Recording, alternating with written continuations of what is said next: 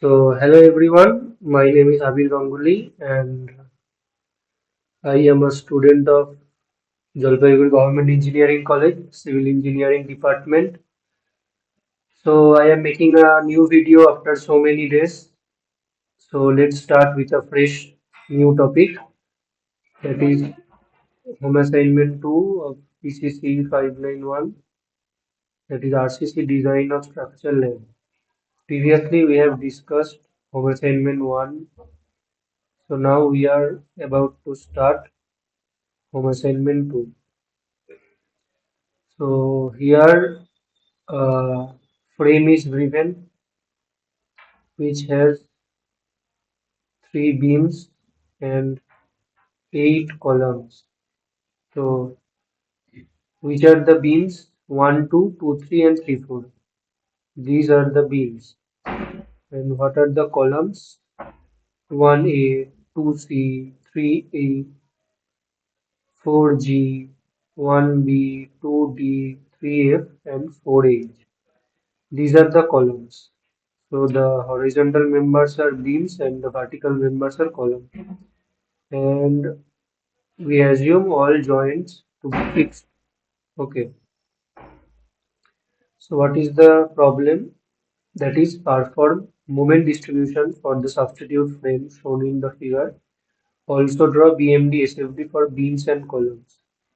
So the topic, matlab the subject PCC 591 is in the fifth sem. So you all are familiar with BMD and SFD in the fourth sem in the subject strength of material. So I think you have learned the basic of BMD and SFD and how to draw BMD SFD. So here we discussed some advanced portion. Okay, here the size of beam and column is given. The 3 meter is the height and 500 by 500 is the cross section of column. Okay, the loading condition is all beams are subjected to UDL omega kilonewton per meter. So এখানে L1, L2, L3 আর W এর value দেওয়া আছে। According to your roll number, the values will be different. So welcome to RCC, welcome to third year. Whatever you say, that you all have different data. I think I don't need to take the name of the sir in this video. So whatever the data is given, and now I am switch to Bengali. তো এখানে total 3টে বিম আছে আর 8টা column আছে, মানে 11টা তোর কি আছে, 11টা member আছে, ঠিক আছে। তার মধ্যে সমস্ত কলামের সাইজ সেম আর সমস্ত বিমের সাইজ সেম, মানে 3টে বিমের সেম সাইজ আর 8টা কলামের সেম সাইজ, ঠিক আছে। এবার সবাই একটু মনে করে দেখ হোম অ্যাসাইনমেন্ট 1-এ পিসিসি 591 এর, মানে আগের ভিডিওতে আমরা ডিসকাস করেছিলাম যে কোনো জয়েন্ট যদি ফিক্সড হয় তাহলে তার স্টিফনেস হয় কত, 4EI/L, ঠিক আছে। তো এখানে ই কিছু দেওয়া নেই, তার মানে ই কনস্ট্যান্ট, ই সবগুলোর ক্ষেত্রেই কনস্ট্যান্ট আর 4ও কনস্ট্যান্ট। তাহলে এখানে আমরা কি বের করবো, relative stiffness, that is I/L। পুরো বার করলে কত হতো, 4EI/L, কিন্তু এখানে যেহেতু আমাদের ই দেওয়া নেই তাহলে এটাকে আমরা কনস্ট্যান্ট ধরে নেবো, আর 4 তো মানে প্রথম থেকেই কনস্ট্যান্ট, তো আমরা রিলেটিভ স্টিফনেস বার করবো I/L। তাহলে কি হবে, বিম গুলোর ক্ষেত্রে কিন্তু লেন্থ গুলো আলাদা আছে, L1, L2, L3 এরকম করে কিন্তু আলাদা আছে, ঠিক আছে। আর এই দেখ কলামের জন্য শুধু একটা কলামেই বার করেছি, যদি A1 একটা বার করেছি ওটাই সবার ক্ষেত্রে সেম হবে। আই কত হবে, 1/12 BD cube. Moment of inertia তোরা সবাই পড়ে নিয়েছিস স্ট্রেংথ অফ মেটেরিয়ালে যদি কেউ না পড়ে থাকিস বা যদি কেউ ভুলে গিয়ে থাকিস তাহলে কি আই তোমার কত হবে রেক্ট্যাঙ্গেল সেকশনের ক্ষেত্রে 1/12 বিডি কিউব। ঠিক আছে, 1/12 বিডি কিউব। বি হচ্ছে তোর উইডথ আর ডি হচ্ছে ডেপথ। ওকে, তো কলামের দেখ সাইজ তো সেম 500/500। তো সেই কারণে কলামের যেহেতু সাইজ সেম 500/500, তাই আমরা কি করলাম, বি আর ডি যাইনি অল্টারনেটিভলি, আলটিমেটলি সেমই আসবে। তাহলে আই এর জায়গায় বসলাম 1/12 ইন্টু 0.5 ইন্টু 0.5 কিউব। আর এল কত আছে প্রতিটা কলামের 3 মিটার করে, তাহলে বাই 3। তাহলে ওখান থেকে আমার একটা অ্যান্সার বেরোলো মিটার কিউবে। সেম ফর অল কলামস, আর বাকিদের জন্য আলাদা করে লিখলাম না। আর বিমের জন্য 1 2 2 3 আর 3 4 আলাদা করে লিখলাম, কেননা শুধু কি এল সবার আলাদা, আই সবার সেম হবে, কেননা বি আর ডি দুটোই সেম। জেনারেলি আমরা কি ধরি, এই 300/500 হলে 300টা হচ্ছে বি, 500টা হচ্ছে ডি। ঠিক আছে, তো জেনারেলি কিছু বলা না থাকলে এটা ধরে নিই। তো এখানেও দেখ তাই করেছি, 0.3 0.5 মিটারে লেখার জন্য 0.3 0.5 করে লিখেছি। তাহলে 1/12 বিডি কিউব বাই এল। 1 2 স্প্যানের এল আলাদা, 2 3 স্প্যানের এল আলাদা, 3 4 স্প্যানের এল আলাদা। তো সেরকম তিনটে আলাদা কে বেরিয়ে গেল। এবার এখানে একটা টেবিল আছে, এটা কি ডিস্ট্রিবিউশন ফ্যাক্টর বের করার টেবিল। ওকে, তো ডিস্ট্রিবিউশন ফ্যাক্টরটা কি, ডিস্ট্রিবিউশন ফ্যাক্টরটা হচ্ছে, নাম শুনেই বুঝতে পারছি যে একটা জয়েন্ট, ফর এক্সাম্পল আমরা নিলাম জয়েন্ট ওয়ানটা, ঠিক আছে, তো 1 2 স্প্যানে লোডিং আসছে, লোডিং ডাব্লু বা ওমেগা যেটা বলবি সেটা আসছে। তো জয়েন্ট ওয়ানে মেম্বার কটা আছে, তিনটে মেম্বার আছে, 1 A 1 B আর 1 2। ঠিক আছে, এবার স্টিফনেস মানে কি, স্টিফনেস মানে হচ্ছে ইউনিট ডিফরমেশনের জন্য কতটা মোমেন্ট লাগবে, তাই তো, সেটাই হচ্ছে স্টিফনেস। স্টিফনেস বেশি হলে বেশি মোমেন্ট লাগবে, স্টিফনেস কম হলে কম মোমেন্ট লাগবে।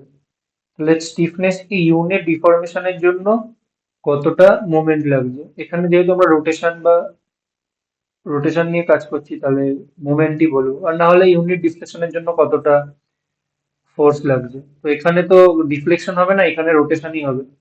তাহলে এইটা স্টিফনেস এর মানে কি, স্টিফনেস মানে হচ্ছে এই ওয়ান জয়েন্টটাকে ইউনিট ডিফ্লেকশন করার জন্য বা ইউনিট রোটেশন দেওয়ার জন্য আমার কতটা মোমেন্ট লাগছে, সেটাই হচ্ছে স্টিফনেস, যেটা ছিল 4 EI/L। ঠিক আছে, কিন্তু 4 EI/L টাতে এখানে 4 I টাকে বাদ দিয়ে I/L বার করেছি। ঠিক আছে, এবার তাহলে কি 1 2 একটা আলাদা স্টিফনেস আছে, 1 A একটা আলাদা স্টিফনেস আছে, 1 B একটা আলাদা স্টিফনেস আছে, তাহলে এই ওয়ান জয়েন্টের স্টিফনেস কত, পাতি তিনটে স্টিফনেসের যোগফল।